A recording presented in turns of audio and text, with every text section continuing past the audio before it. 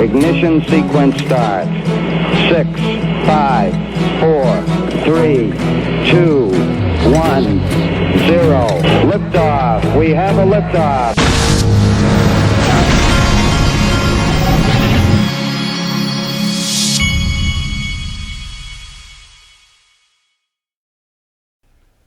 Hey everybody, this is the Digital Asset Investor, and today is one of those days where I'm glad to be an adult because it is pouring down raining outside and I don't have to take the trash out. My 15-year-old is now old enough to deal with that, and I do not want to go out in that rain right now, and so he gets to get wet. And that's called growing up. All right. Let's start here. Greg Kidd tweeted this out. As we know, Bitcoin's been going crazy from that Tesla news yesterday, and the news that Tesla had invested $1.5 billion in Bitcoin. Greg Kidd said, "Today is the first day that my Bitcoin holdings are worth more than my retirement account." And I can only imagine how big his retirement account is. So Greg Kidd is happy today. That's funny. Okay.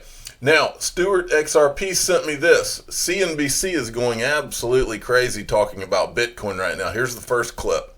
We did some math on the back of an envelope. We said if Tesla spent roughly 8% of its cash on hand in Bitcoin, what if other companies followed suit? If you add up all the cash on the books of the entire S&P 500, that total is $1.6 trillion. So if all those companies took about 10% of their cash, we round it up for easy math, and they bought Bitcoin with that 10%, that would be $160 billion of Bitcoin, or roughly 20% of the cryptocurrency's entire market cap today. 20%. What did the crypto move today? 14.5% because of what Elon Musk did himself. Let's bring in our own crypto baller, Brian Kelly. He joins us on the fast line. BK, why did Bitcoin go higher on this news?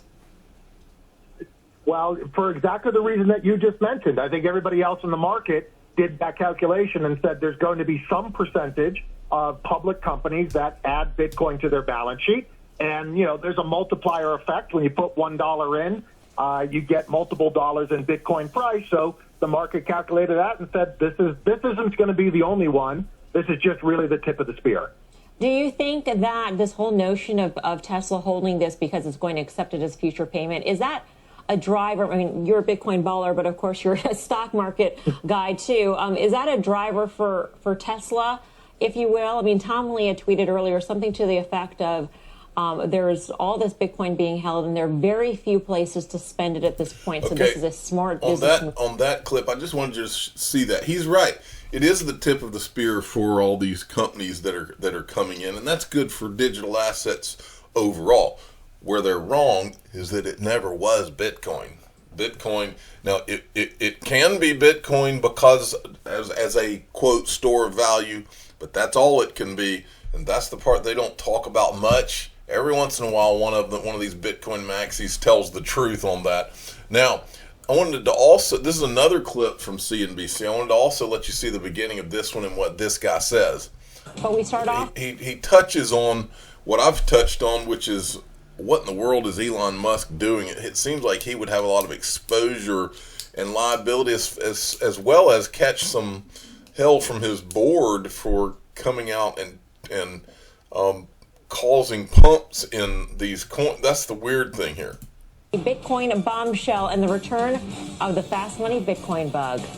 Yes, it's back. Tesla announcing today it bought $1.5 billion of the cryptocurrency. Tesla saying it made the purchase for the ability to further diversify and maximize returns on our cash. The news sending Tesla shares higher by more than 1% in Bitcoin to its highest level on record. So tonight, we start the show with a simple question. Why? Why should Tesla go up on this news? Why should Bitcoin go up by 14.5% on this news? Guy, what do you say? Well, you've seen it before. We saw it with MicroStrategies. I mean, that was I think $175 stock prior to the offering that they did. Michael Saylor obviously being the CEO there, and I think the stock closed over $1,000 today. So, the why answer is because that's what the market's geeked up for, and that's the way the market's been trading. We've seen it on a number of different securities. So to a certain extent, it makes sense. And as long as Bitcoin does this grind higher, those stocks will probably go up well, not exponentially, but maybe to a magnify of a 1.5 or so times. But it works on the downside as well, Melissa. I have no idea what Bitcoin's going to do, but if we do that back and fill to 20,000, that MicroStrategy is now $1,000. It's probably a $600 stock, and maybe you see similar in Tesla. My biggest problem is not the fact that these companies are doing it. I think publicly traded companies with board approvals and shareholder approval should be able to do anything they want in the confines of the law. It's sort of this gamification. It's Elon Musk putting on his Twitter account a Bitcoin emoji or whatever the youngins say. And I'm not trying to be get off my lawn, okay, boomer stuff, but I think there's a danger associated with that. He's the CEO of one of the 10 largest companies in the world. I think with that, heavy is the head that wears the crown, and I think he's got to think more of those things. It can't just be willy-nilly. Now, I'm not going to play any more of this clip, but there is something else this guy said, and I couldn't find it in this clip. It must have been another clip. Another thing that he said is that he said, look, watch out for the Bitcoin is not going to be, in so many words, he said Bitcoin's not going to be allowed to replace the U.S. dollar. And he said this thing gets too out of hand and you'll start seeing regulators clamp down. Now, that's what Christine Lagarde the other day was warning about. And some of these regulators around the world, I'm telling you, remember last time Bitcoin did this in 2017, Chris Giancarlo, I've shown you the article several times, they came in and they cracked down on it. These governments get nervous when things get like this. Don't be surprised if you see something like that. It always comes out of nowhere. These people hate what's going on as far as these governments hate what's going on when they start seeing this kind of thing. And so just be on your toes here. And remember, Bitcoin is not the one. XRP is the one. And XLM is the other. And I will keep reminding you of that. And the reason that they are is because they worked with regulators, folks. It's just a fact. Okay, Crypto Dim sent me this, and J.C. Collins hits it right here, because I used to do magic tricks when I was a kid, so I am very familiar. The greatest magic tricks get your attention focused on a strategic spot, which serves as a distraction to what is really happening in another spot. The structure of the world's monetary system is changing. It's not going to be just announced. XRP will soon be impossible to hide. There you go. He's 1,000% right. Sergeant Obi-Wan, who has been somewhat quiet lately, sent me this. This is from the BBC. Actually, they acknowledged XRP. And the price of Bitcoin has increased by more than 10%. And the electric car manufacturer Tesla has invested $1.5 billion in the digital currency. Happened last month, apparently. On that announcement, Bitcoin jumped to a record $47,000. Value's doubled since the beginning of the year. This time last year, the value of Bitcoin was around $7,600. The value of other cryptocurrencies, such as Ethereum and XRP, has also increased. Okay, so there you go. They are finally acknowledging some XRP. Okay, this is from XRP Crypto Wolf. Ex-Ripple manager of government relations Ron Hammond joins the Blockchain Association as the director of government regulations. And you remember he was the guy that was working with Warren Davidson when they did the Token Taxonomy Act. And so now he has left Ripple and he's with the Blockchain Association, I guess. Okay, Link2 had tweeted this out. Next week is our Lunch and Learn with Crystal Rose of SenseChat. Crystal's one of the Forbes Crypto Top 10 Women in Blockchain and the founder of SenseChat, a decentralized messaging app. You can register for this on it's on Wednesday the 17th from 12 to 1. They've got the link in here, or you can just go to their website. All right, and then we've got this. Now, this is from yesterday. I wanted to play it again because you can never play this too many times because words mean things. Listen to what he says. Brian, speaking of Ripple, you worked at Coinbase. You worked in the government, albeit for under a year. So tell us, is XRP a security, yes or no? Well, these are complicated questions and matters of pending litigation, so who can say? But here's what I would tell you, though, which I think is the most important issue about XRP, and that is there is a difference, okay? There's a difference between the way in which an asset is distributed and the nature of the asset at a given moment in time. And I think the issue in Ripple that gets lost in all of the discussion is whatever happened in the original distribution of XRP tokens, 10 years ago, and whether that was or wasn't an unregistered securities offering, that's what the courts will decide. That's a different question from whether XRP today is a security. And the SEC itself has said that assets can change their nature over time as they achieve utility and as they achieve decentralization. So if I had to make a prediction, I'll just make a quick prediction, and that is that there is a settlement to be done here somewhere, and the settlement has to do with the distribution of the tokens so that existing token holders can continue to trade them and find value in them the way that they do. So he thinks that there's a settlement that has to do with distribution. Well, since words mean things, I wanted to look up the word distribution. It says the act, this is Merriam-Webster, the act or process of distributing. Law, the act or process of apportioning by a court the personal property of an intestate. The position, arrangement, frequency, So let's look at that again. The act or process of distributing. The act or process of apportioning sounds almost like the word allocating. I think it has a similar meaning. Apportioning by a court the personal property of an intestate.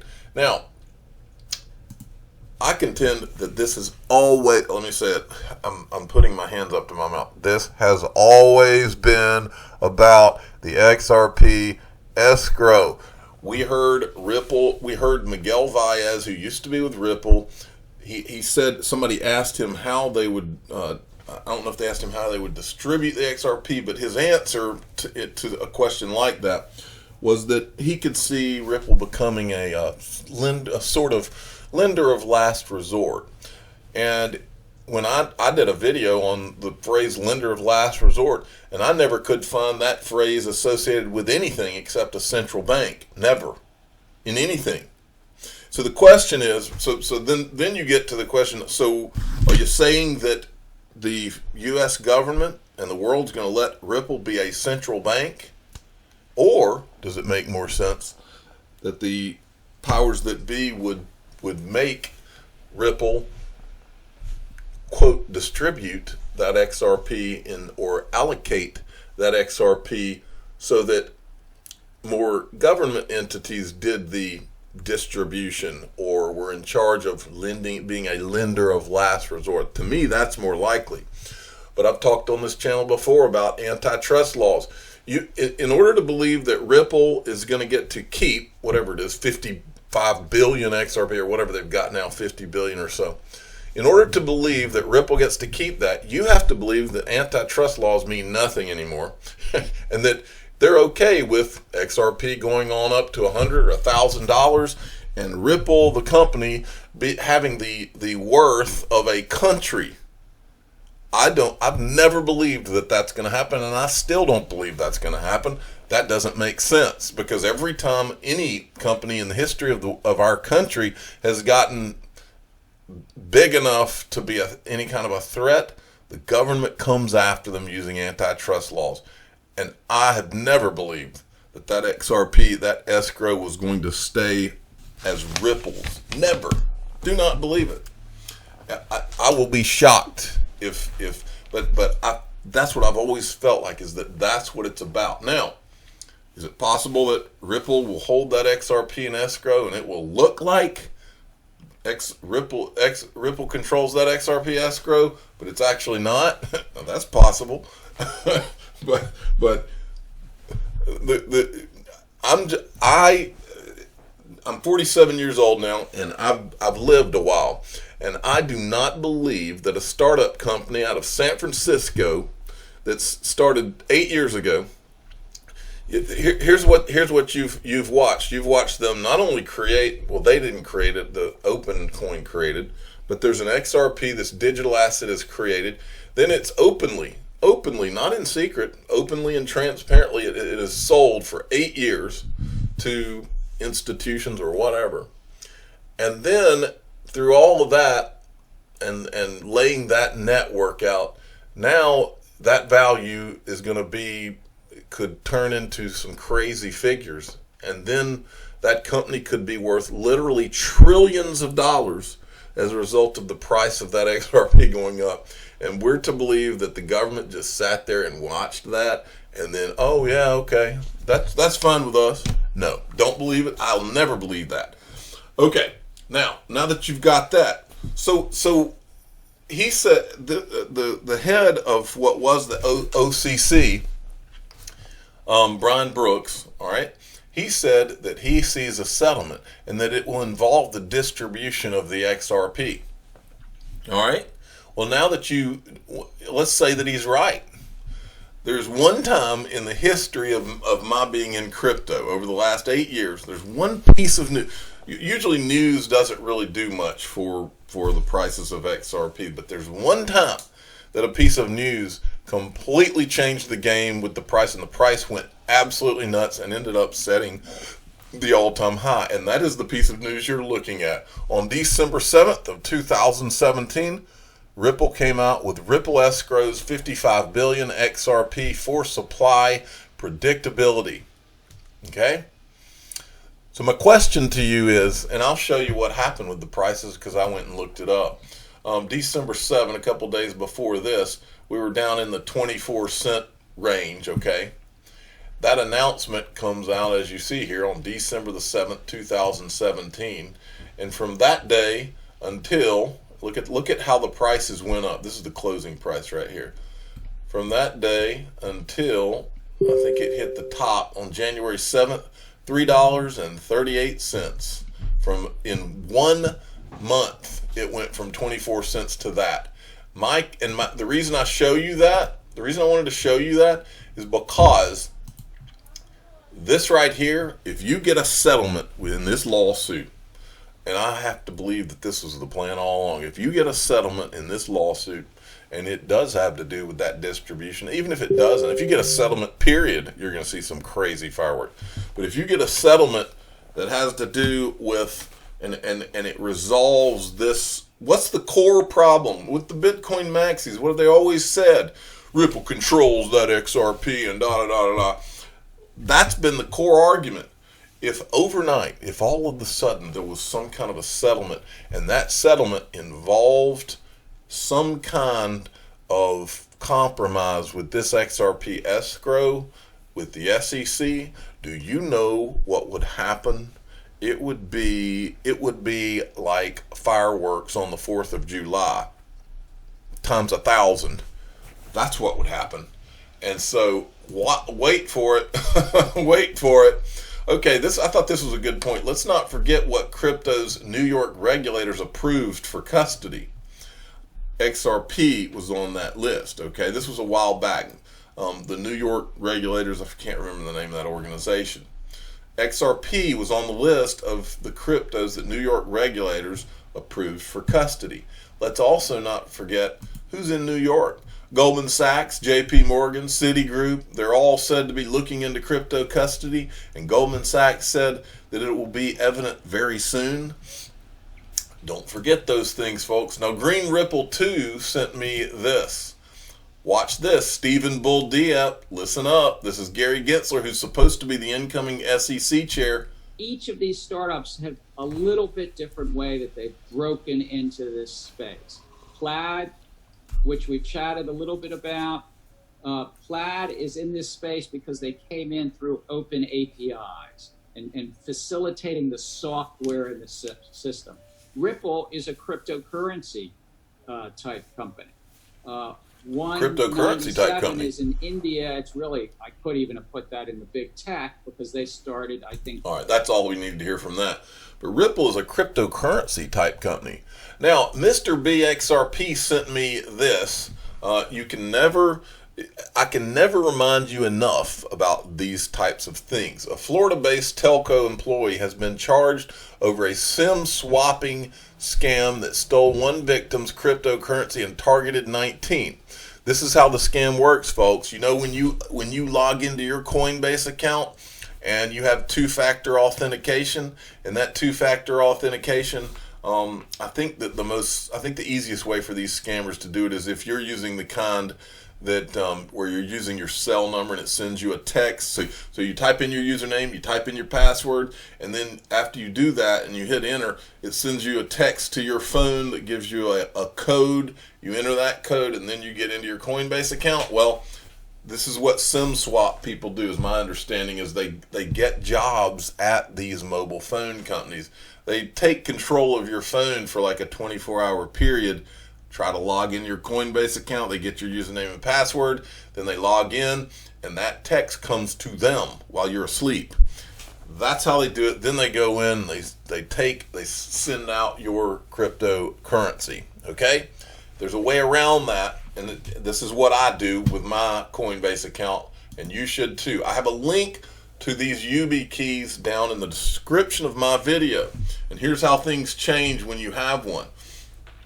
There's a coupon code down there also. You get $10 off if you buy like $100 or more. That's called a YubiKey. And the way this works is, instead of using your phone, then you type in your username and you type in your password on Coinbase, but then you have to have that physical YubiKey. It's almost like a USB thing. You put it in your computer, put your thumb over it, and then you log in. And if someone doesn't have that YubiKey, they do not get in your account. This is institutional grade security. It's what the employees at Google use, okay? This is what I use as well. And they're only like $50. So go in the description of my video and there's a coupon code, you can get one. I'm the digital asset investor. I'm not an investment advisor. This is for entertainment purposes only. Please subscribe, hit the like button, and tell your friends and family that if you want institutional grade security on your Coinbase account or any of these accounts where you use the two-factor authentication, get a YubiKey. It's the way to go. Thanks for listening.